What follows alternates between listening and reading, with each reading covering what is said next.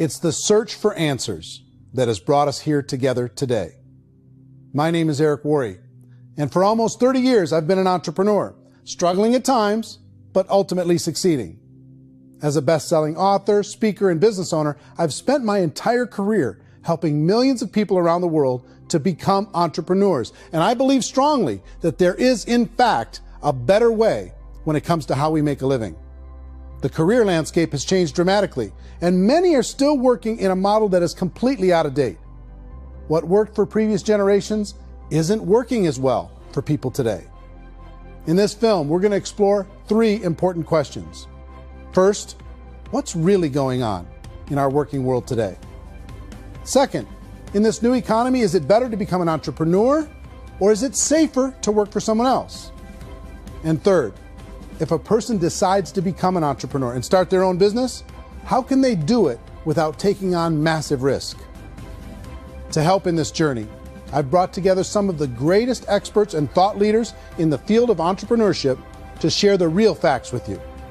My intention is to give you new information that will allow you to make choices that are not limited by an old, outdated model. Let's start by understanding what's going on in our working world today.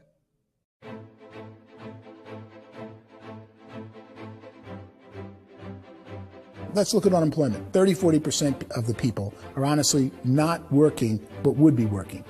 What our government does is if you haven't found a job in 6 months, we don't call you unemployed. We pretend you dropped out of the labor force. I've often said that unemployment, particularly structural unemployment, that's unemployment due to technological changes, is the first sign of economic growth.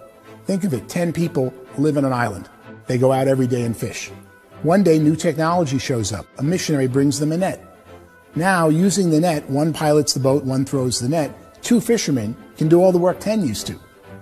That's a 500% increase in productivity, 2 doing the work of 10, in one day. You don't have to learn a lot to learn how to throw a net instead of throw a fishing line.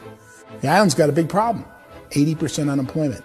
But the island still has all the wealth of the fish because the 2 people produce as much fish as 10 did. Now, of course, looking back in history, these changes used to take thousands of years. And during that time, we went into farming and transportation. Some of us became doctors and some teachers and lawyers, and we developed all these new professions and new manufacturing jobs. Today, these changes are occurring literally in one day when a new technological advance occurs, and we don't have the social structures to deal with it or to retrain the unemployed people. So one of the things that I think is interesting as I travel across the country and really travel around the world is the way that we work and the way we get paid for work is changing pretty dramatically. On a global basis, everything is being turned upside down because of the rapidly advancing technologies. They are eliminating many jobs, and we have been left with many people not prepared for the jobs that exist. A lot of demand in public companies was to squeeze out all the fat and to get just as much margin as we possibly could, and fat equals humans. So this idea of job security in information age is so obsolete, but it's still taught inside our school system, and that's where the problem starts. There's no financial education in school system, and people are still trained to be employees who work for that paycheck. This is a chart on the middle class. What's happening in the middle class, those that went to school, their incomes have been coming down for years. And parents still say to their kids, go to school, get a job. Now what happens to all those middle class people who are dropping off the ends of off the chart? Well, they become what's called working poor. And this is what happens to working poor. But they say poverty is ending. Well, poverty may be ending, but working poverty is going up. And this is food stamp usage.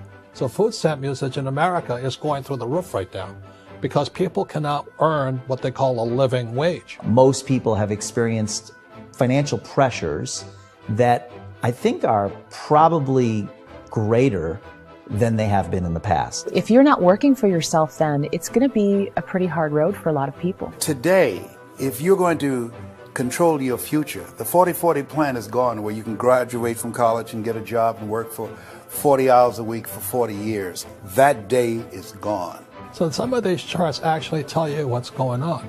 And this is a really interesting one, you know. People are going back to school because if I go back to school, I'll get a nice job. But this is what's happening to, it's called Sallie Mae, which is the student loan guys. student loan is going through the roof. It's now over $1 trillion, and student loan debt is worse than credit card debt. So when people stopped using credit card, the government got people into student loan debt. And the problem with student loan debt is you can never be forgiven. See, with credit card debt, you can declare bankruptcy and all's forgiven. But student loan debt, you can declare bankruptcy, you still owe it. It's the worst of all debt. But this is the next picture. Look at this chart here. This is what's happening to wages of college graduates. It's going down. So you go to college, you rack up all this debt, but you earn less money. Now, that's not that intelligent. Average person who's been working a lifetime in America today is ending their lifetime at 65 with about $41,000 in assets. They earned just enough to survive. I think in the United States we have something like 17 trillion in debt. That's just the federal government debt. We got another 2 in municipal and in other, let's call it almost 20 trillion government. We've got 40 trillion in private debt. That comes up to close to 60 trillion. When you then add something we never had before, what you were talking about, when we look at the unfunded portion of Social Security and primarily Medicare, Medicaid, that at the most conservative estimates from outside firms, Kleiner Perkins, 67 trillion and growing. That's more than all our other debt. There's less conservative estimates that say it's 84 trillion or higher. I added up conservatively $127 trillion in total debt. Debt is a financial drug. When you take it to excess, it's like taking a drug. Yeah, it makes you feel better, it enhances your performance, but at a huge cost, eventually it kills you. And so that's what happens. We keep doing more and more debt, and you get less and less results, just like a drug, until the debt gets so high that it crushes the whole system. That's where we're at, 8.2 times GDP. You know who I feel sorry for? I feel sorry for the person who dreads going to work, who is sick to their stomach on Monday morning, who hates their alarm clock, who gets a little glimmer of hope on a Wednesday because it's hump day and says, thank God it's Friday. And they live for those 2 days a week where they get to be themselves and they don't have to be around people they don't like, and they don't have to play the political game in the office, and they don't have to live this half life. The person that works 50 weeks a year just to be able to have the 2 weeks for vacation. And you know what happens to most of them nowadays? They don't have a vacation. They have a staycation. They have time off of work, but they don't get to go where they want to go because they're overextended. They've got all this debt. They got all this situation. They hate their alarm clock. They can't sleep until they're done. They have to spend most of their life in traffic. I feel sorry for that group of people because there's a better way. They just don't know it. I see this really interesting attempt at rugged individuality in a 6x8 rectangle. And I feel like you're all the same, except for the little push pins of the pictures. There's different pictures. Yours is named Jenny and his is named Sujara, but it's the same people. And this is how they are, and they're just like the zombies, and there's no joy in there, there's no fun. There's always like the wacky woman who decorates her cubicle, and that's the most she can do there. You got to give her credits, right? The wacky cubicle woman. The basis for their life is worry. I'm worried, you know, maybe I'll get fired. I'm worried maybe my company will go out of business. I'm worried I can't keep spinning the plates on paying the bills. I'm worried about how do I send my kids to college. I'm worried, what if the transmission of my car breaks? That's, you know, 2 or 3, I can't fix it. People live in a sea of worry, and it eats at them. Those signs that people held up during the Depression didn't say looking for gainful employment in a cubicle. It said looking for work. Work is what we're looking for. Job is just a unit of measurement. Work is what we're going after. It's time to look in the mirror and say, it's not the economy, it's my economy. It's my little world of where I am. I need to improve. I'm not going to wait for the economy to come back, because frankly, the economy is doing great in this country. So I'm here on Wall Street, the financial center of the universe, the financial capital of the world. This is where most people's money goes to at least be held for a time, right? With interest rates in banks being effectively zero, and many experts are predicting it's going to stay at zero for the next 10, 20, even 30 years, people feel like they don't have any choice but to put their future into equities, to put their future into the hands of other people on this stock market, and hope that the stock market goes up. Hope that the stocks that their advisors pick or that they pick goes up. That's one way to go, I guess. It's my personal belief that if you put your future into the hands of yourself, in other words, you have earning power by yourself, I think you're a better investment than these guys. I think you controlling your future is a better option than handing over your retirement to these guys.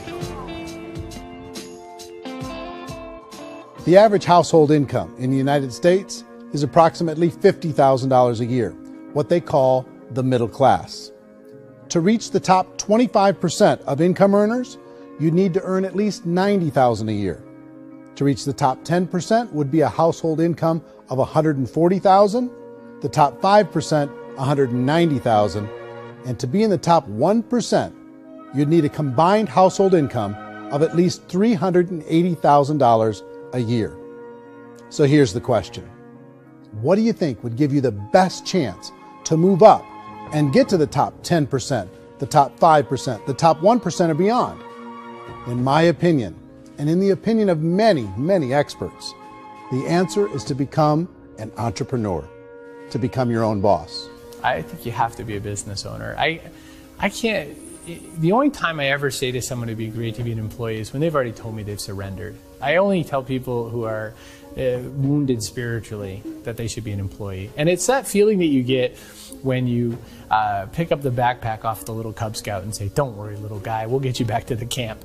You know, it is in no way a kindness when I tell someone they'd be a great employee. The other status symbol really increasingly is lifestyle. And people can own their own business, maybe even work out of their house. That, I tell you, people admire that. Like, gosh, I wish I could do that. The spirit of the entrepreneur is to be a risk taker and to be resourceful and unstoppable and to have a vision of yourself beyond where you are and not willing to settle for life as it is. Think about the great entrepreneurs. They're visionary. They have heart. They're willing to do today what others won't so they can do tomorrow what others can't. Personally, I don't think of the new economy, the old economy. I create my own economy. The entrepreneur's in control. I decide what the economy is going to be like. In the world of entrepreneurship, there are no limits. You can make as much as you want, depending on how much you want to work and how smart you are and how great a team you put together. There's no more lifetime rewarding business than being an entrepreneur. Why in America, where anyone could be anything, would people want to give up their freedom and become effectively a modern-day slave, told shut up and be here every morning at 7:30, leave at 5:30, and do what I tell you? If people decide to become an entrepreneur and work for themselves, they have some traditional options, but they're riskier than you might think. Any kind of a retail business, retail build-outs is extremely expensive. Even just these small little yogurt stores where they're putting little yogurt machines and you get all the different flavors, you're spending $200,000, $300,000, $400,000 to open a yogurt shop. I would love to buy a Dunkin' Donuts, but it's $500,000 or so to start. I don't quite have that just-in-case money. Risking lose it all, and most guys do 2 or 3 times, and even big guys like Branson, because I'm such a fan of his, half his companies don't work. If you make $1 million, your problems are going to go. If you make $1 billion, your problems are really going to go. Just the opposite. You and I know when you're making $1 million, you get $1 million responsibilities. You make $1 billion, you got 1,000 times $1 million responsibilities. And most people say, I'd love to be my own boss. 70% of Americans would love to be their own boss, according to recent polls. But they don't know how to get there. Because what are you going to do? One, you could buy an existing business. If somebody's selling an existing business, you have to ask why. Usually because it's probably hard. It's probably not making as much money as they hope. 2, they could buy a franchise. A little less risk, proven system, but it's expensive to be able to do that. 3, they could start something from scratch. And that's where a lot of people feel like, I don't have the chops to do it. I don't have the money. I don't have the product idea. I don't have the expertise. I don't have whatever it's going to take to be able to get there, and I can't risk my family to do it. So, 4th, they could become an investor. A lot of people in this town invest to try and figure out a way, but you got to be pretty smart with that game too, right? Venture capitalists, who are the very best and most sophisticated in investing in new breakthrough businesses, make it on 1 out of 11. That means 10 out of 11 are mediocre or fail. Most of them fail. That's the risk there. An angel investor is lucky to get 1 out of 15 or 20. A business is a team sport. Like, I have to have accountants, I have to have engineers, I have to have systems designers, I have to have sales, marketing, I have to have accounting, I have to have mission statements, I have to have legal and all that. The average Joe Schmo, even me, I go out there, I don't have the skills to put a business together. I think the bottom line for the 4 traditional options is they take money, sometimes a lot of it. They take expertise, and they take time. All of that adds up to just too much risk for most people. I bought a business from somebody else and it was a lot of work. And you start wondering, what did I just buy? Because I guess ultimately I own your email list and I just overpaid for it. People that start their own business, they spend a lot of money, they spend a lot of time, a lot of effort to get things started. And the more you invest on the upfront, the harder you typically work at it. I can tell you what the success rate is of a restaurant. What is it? They're crazy enough. About 90% of them fail. About 90%, in how quickly? Year less. Wow. And if we're talking non-franchise, we're talking franchise, Sure. That's totally different. Yeah. But our students aren't getting franchise restaurants. You got to invest big money. Exactly. And with someone like McDonald's, you've had to work with the company for a long period of time, really know the Even have a chance of investing $1 million. have a chance, and it's a slim chance. What if there was a way that you had all the proven aspects, the comfort aspects, and you could still control your own life? What if there was both? In other words, you didn't have to create everything from scratch. You didn't have to be a super leader. All you had to do, what if there was a proven product already? You didn't have to create the product. And there's a proven system already, proven training already. Everything except an employer. That was the only thing that you didn't have. Do you think more people would be open to working for themselves in that environment?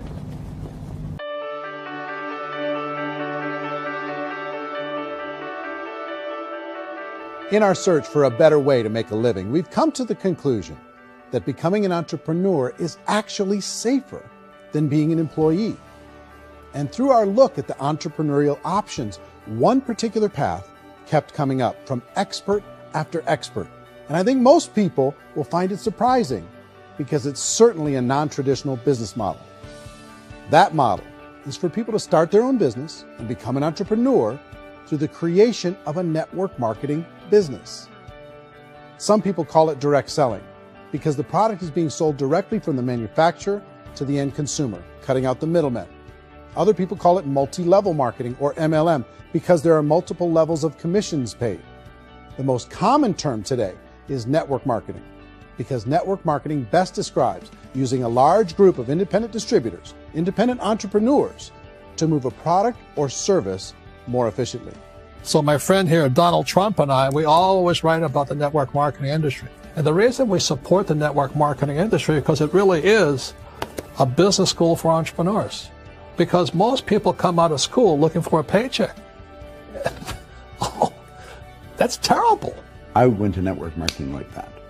I think if it didn't exist, we should invent it. It is that good. I think direct selling is a great way to do business today. It's very easy to get into that industry, and you can be self-employed, be, in effect, an entrepreneur. When we see multi-billionaires adding network marketing companies to their portfolio of companies, that would be a clue. When we see people who are very famous authors and very famous business people endorsing the industry, that would be a clue. These network marketing companies aren't $50 million companies. They're billions and billions of dollars. They lead the stock market. They're major companies. When we're going to get it? You know, and you're going to school to work for a paycheck. But if you want to be rich, be an entrepreneur. And network marketing gives you the spirit to be an entrepreneur. A traditional company will spend up to 50% of their total revenue on marketing. Network marketing companies use a different approach. Instead of having all that extensive marketing expense, they utilize a network of independent distributors to do the marketing for them. Now, why do they do this? First, because word-of-mouth advertising is so much more effective today than traditional media advertising. Second, some products need to be explained or demonstrated and an independent salesperson can do that more effectively than an ad campaign. Third, it's completely efficient. The company only pays for the marketing of their product if a sale happens and not before. Imagine if Amazon allowed you to become an independent distributor and paid out 40% of its revenue to that distributor group. All you had to do as a distributor was recommend a product, and if a person bought it on Amazon, Amazon would take care of all the logistics, and you'd get paid for bringing the customer. Now imagine you got paid for every purchase that customer made for the rest of their lives. Well, Amazon doesn't offer this option, but network marketing companies do. 85% of all buying decisions in our society are made as a result of word of mouth or reputation. We're recommending things to each other all the time. You know, who's your dentist? Who's your doctor? Who's your lawyer? What detergent, are you using? What legal system are you using? What product are you using? We're talking to each other about the things that we love anyway. When you go into a big box retailer, you're lucky if the clerk looks you in the eye, much less gives you any detailed or accurate information about what you're purchasing. So of course, this personal information, this education coming from a friend, a neighbor, a relative, or even a stranger, but one who has experience with the product is extraordinarily valuable. As a matter of fact, network marketing can educate consumers probably better than any other form of marketing. It certainly can do better than advertising, because advertising usually has a certain hype to it and you can only get limited information. So, network marketing trumps advertising. If you were a typical sales company and you wanted to sell $1 million a month worth of product, you might go find 100 superstar salespeople. The quota would be $10,000 a month. So network marketing as a distribution system just flips the numbers. So we use 10,000 happy, raving fans of a particular product, and we don't concern ourselves so much with how much product each one of them individually sells.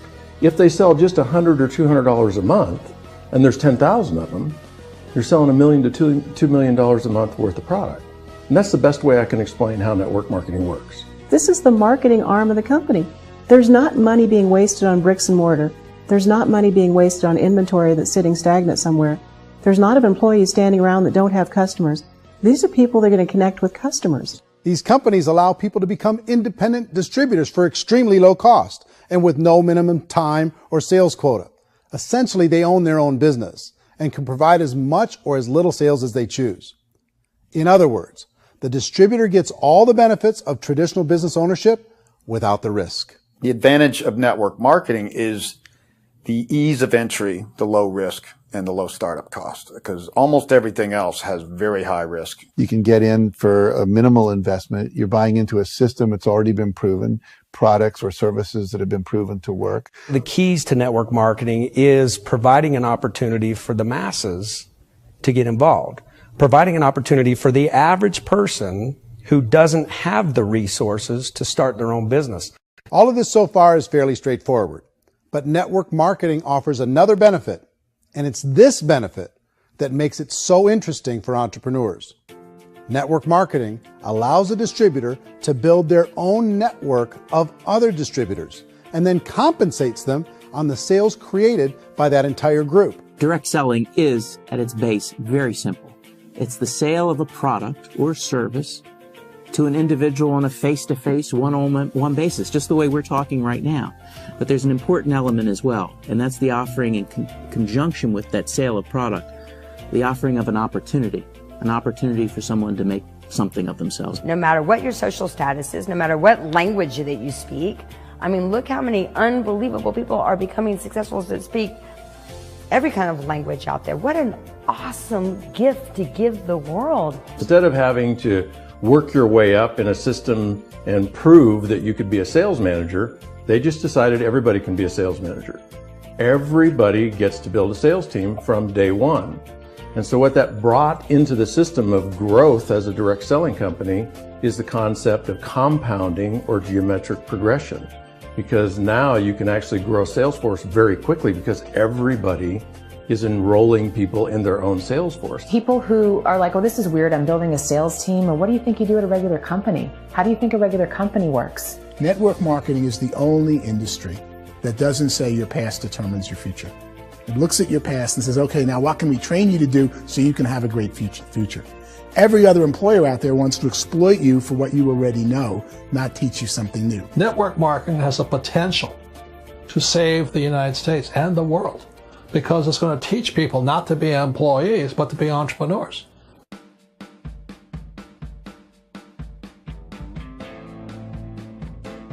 According to the Direct Selling Association, if you add up all the network marketing companies around the world, they combine to do over $178 billion a year in retail sales. To give you an idea of how big that really is, the NFL, the National Football League, does approximately $9 billion a year. The music industry does a little more than $16 billion a year, and the movie industry does about $80 billion a year. Using a conservative average, network marketing companies pay their distributors about 40% of that $178 billion in the form of commissions, which adds up to more than $71 billion a year. That's almost $6 billion a month. It's almost $200 million in commissions every single day. So it's certainly working, and people are making serious money in network marketing. With the growth of the direct selling industry over the last 10, 15, 20 years, we've seen a broader understanding of the channel. We have seen more and more people getting involved in the business, so our penetration in the marketplace has increased, and thus the understanding in the marketplace of who we are has increased. And we've seen non-direct selling companies look at the direct selling model and say, something's going on there. People are making money. Companies are being profitable, individuals are being motivated, product is being delivered to market. Maybe we should explore this. Some people think only the people at the top make money. Well, let's take a look at that as well. In the network marketing profession, there are roughly 500 people in the world who earn over $1 million a year. If you round that number up to $2 million a year, that adds up to about $1 billion a year. That takes the $71 billion paid out each year down to $70 billion. So where does the rest of the money go? The vast majority goes to part-time people making anywhere from a few $100s a month to many thousands of dollars a month. It goes to people who choose to make it a full-time career move and earning even more than that. Every day, people are using the money they earn through network marketing to pay off debt, have more fun, and improve the quality of their lives. Everyone I know in network marketing has been doing that since the 50s. They go to work when they want to go to work. They stop working when they want to take time with their children to have a leisurely breakfast and discuss issues and drive them to school. They go back to work when they get home, wherever they're working out of. The biggest thing that I've seen is people that have become much happier in their life. MLM has probably made more millionaires of more people in more countries, and I've spoken to them in 67 countries than any other single form of business, starting from nothing. If they have a choice between working a job for the next 10 years or working a network marketing business for the next 10 years, the result of working the network marketing business will be better. A lot of people within the industry go on and make this a career and do extremely well at it. Network marketing has been nothing but good for everyone I know that's been involved with it because they did it seriously and they played full out and they've been very successful. It's been a constant barrage of success stories and people showing off stuff they got as a result of it. How many people are involved? Approximately 16 million Americans and 96 million people around the world are currently participating in network marketing.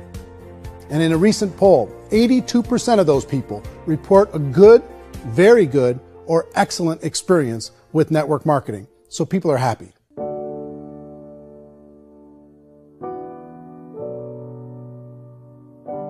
So I've taken a look at the network marketing profession and really tried to understand why so many people are confused as to the validity of this as a business. One is this pyramid shape. People get really messed up with this pyramid. Oh, it's one of those pyramid things.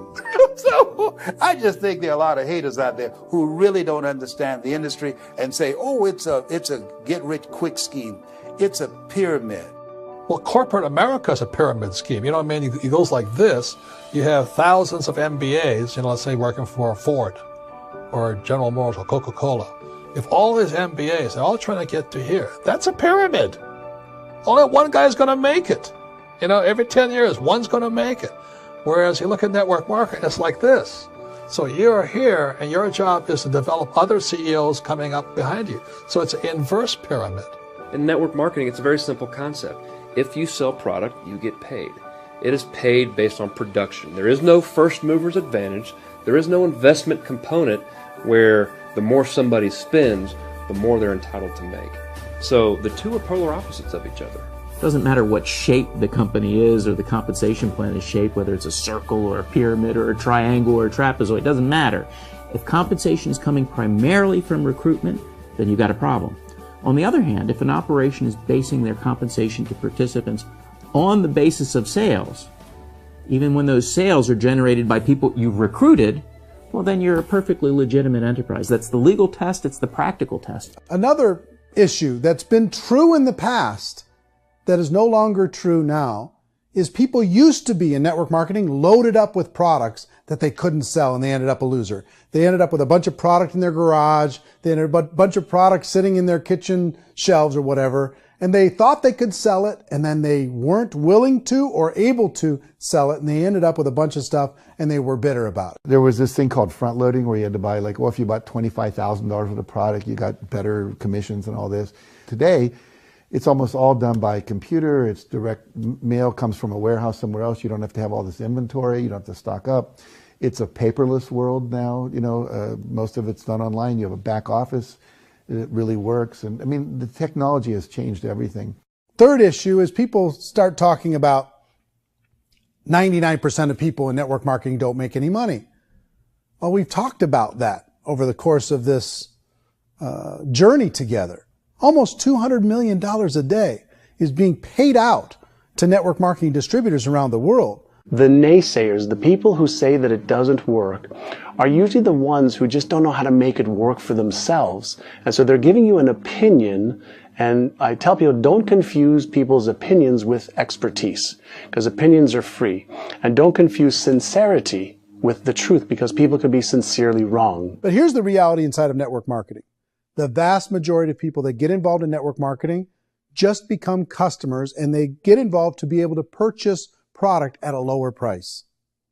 If you take Costco as an example, if a person goes into Costco and gets a membership to Costco so they can get a lower price on the product, we don't call that person a loser because they have a bunch of product that they walked out with a smile on their face.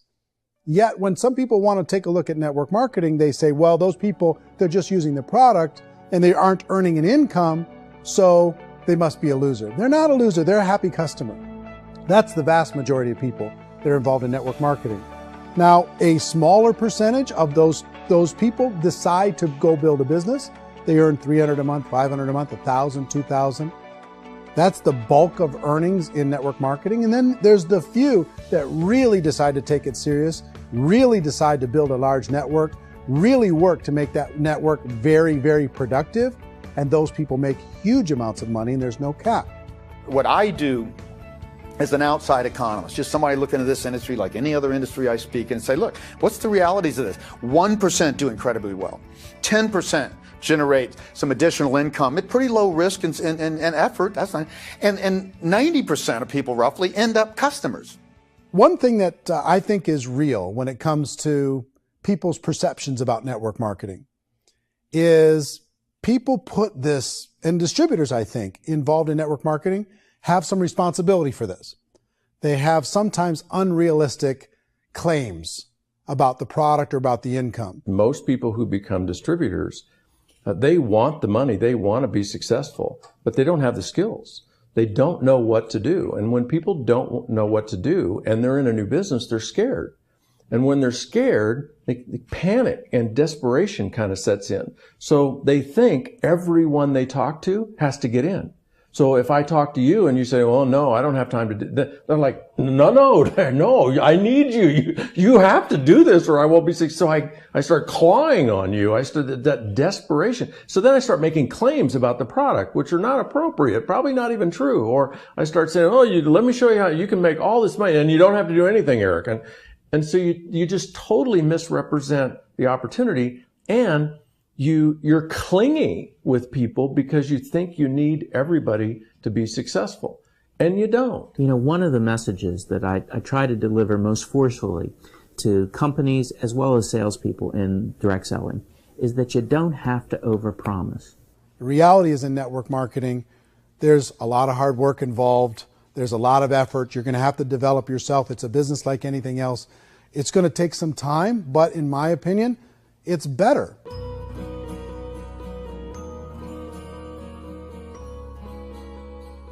It's light years better for people starting today than it was even 5 years ago. I think it's more widely accepted now, and people understand it is a business. It is being an entrepreneur. It is being a business owner. Our belief system is based upon our evaluation of something, and frequently if we reevaluate a situation, our belief about that situation will change. The industry has changed and it's grown up. It's totally transformed. You've got young people today that have grown up with social media, and they understand networks. They understand how people are connected through technology, and they understand how money flows through those networks.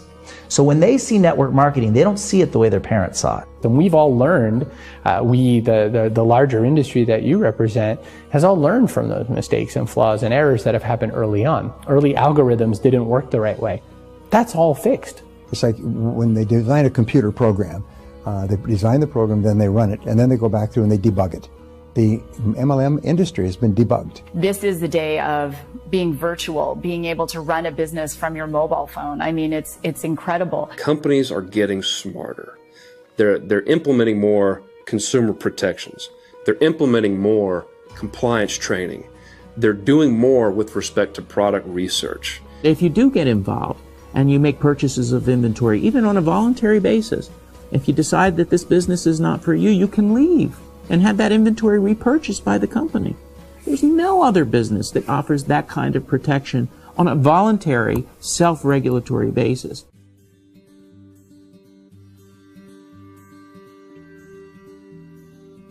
If you decide to look further into a network marketing business in order to generate more cash flow for your family, I would recommend reviewing the following 4 elements.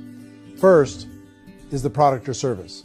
And on the product or service, I would ask 5 important questions. 1, do you like it? Is it something you would feel comfortable sharing with others?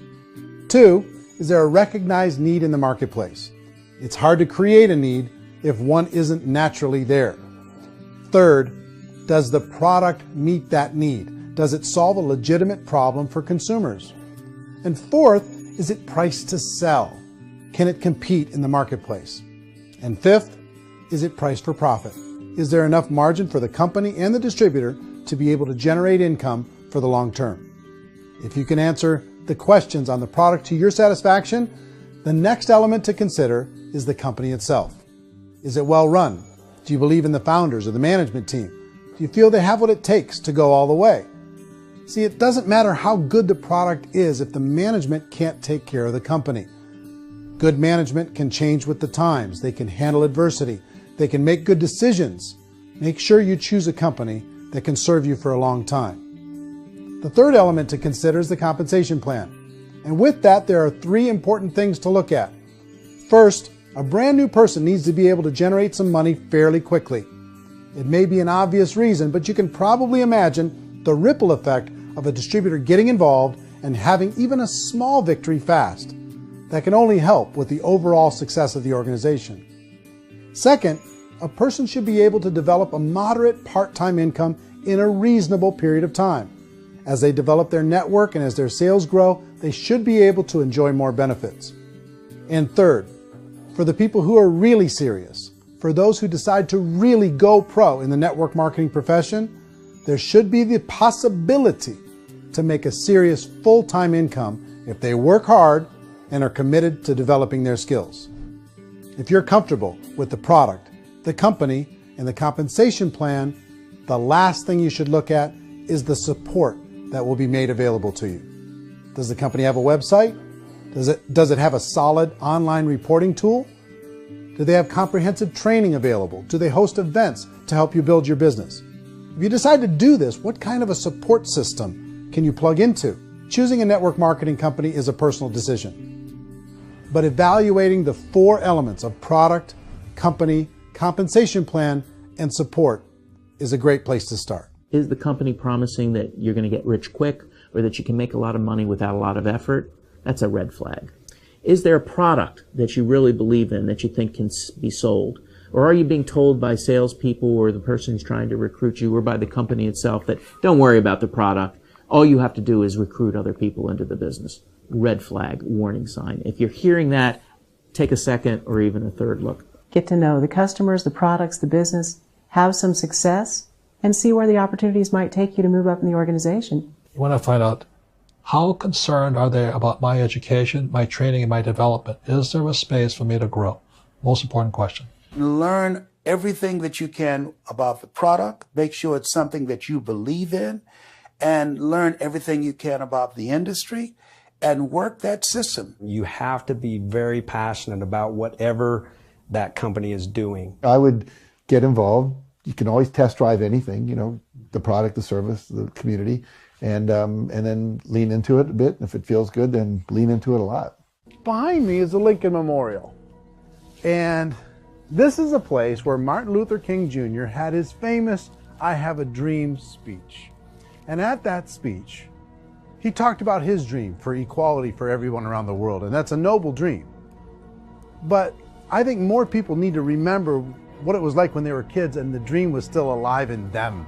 Before it got beaten out of them by reality, by this paycheck, by these responsibilities, and by having to live for this job to pay the bills. I think people need to remember that, go back to that. Once they know that there's a better way, I think their future is going to be much brighter. They can live a better life.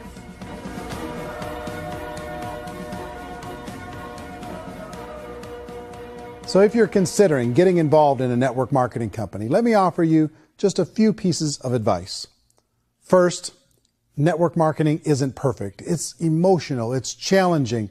Like any entrepreneurial venture, it can have its up days and its down days. But if you have an entrepreneurial bone in your body, it's just better. Second, if you're gonna do it, decide to be professional. Decide to go pro. It's better to do that than just be this amateur sticking your toe in the water. Third, as any professional, you're going to have to learn some new skills. And I promise you, inside of the network marketing profession, they're not too difficult to learn. Fourth, like anything worthwhile, it's going to take some time. Don't expect that you're going to get to the finish line right out of the gate. And fifth, it's worth it. It's worth it to be able to take charge of your life again. It's worth it to be able to control your own financial situation. It's worth it for the people you're going to be able to spend time with. It's worth it for the things you're going to be able to see and the experiences you're going to be able to experience. It's worth it for the causes you're going to be able to contribute to, the lives you're going to be able to touch, the customers you're going to be able to help, the friendships you're going to be able to develop. I promise you, it's worth it. Remember, most people are searching for answers just like you are.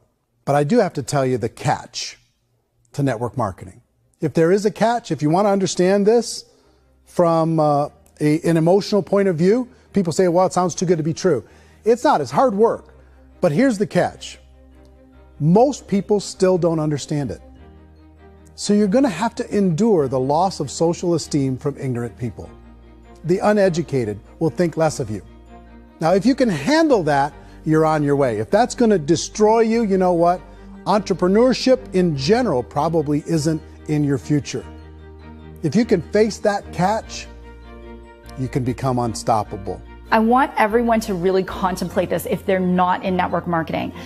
You're in a job, you probably have a mortgage, you have rent, you have debt, whatever's going on. You're in a prison. You work just hard enough to keep them from firing you, and they pay you just enough to keep you from quitting. Come on! I've been there, done that, and bought that t-shirt. In network marketing, if you run into failure, it's really just a homework lesson for yourself. There's no one to blame. You really have no excuse not to be successful. You just don't.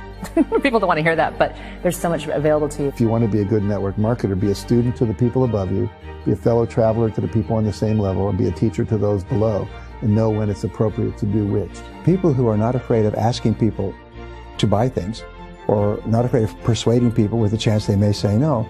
These people own the future. Nothing happens until something moves. So you got to go move, you got to go do something, or nothing's going to change in your life. In the beginning, you're going to do a lot of things that you don't get paid for. But as you go down the road, you get paid for a lot of things that you don't do. And your job is rehabilitate the spirit, the entrepreneur spirit in all of us. You give it back.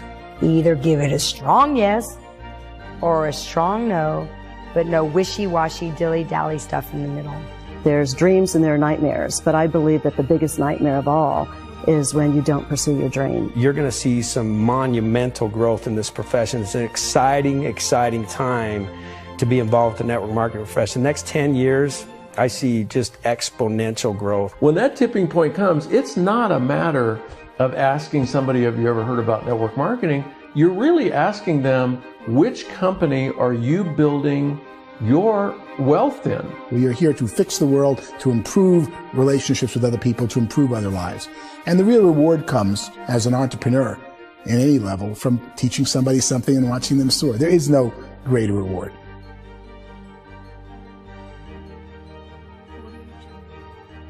Life's too short to spend it living someone else's dream instead of your own. It's too short to spend it living at a fraction of your potential. Can being an entrepreneur be a challenge at times? Sure. But here's what you get in exchange. It can be yours.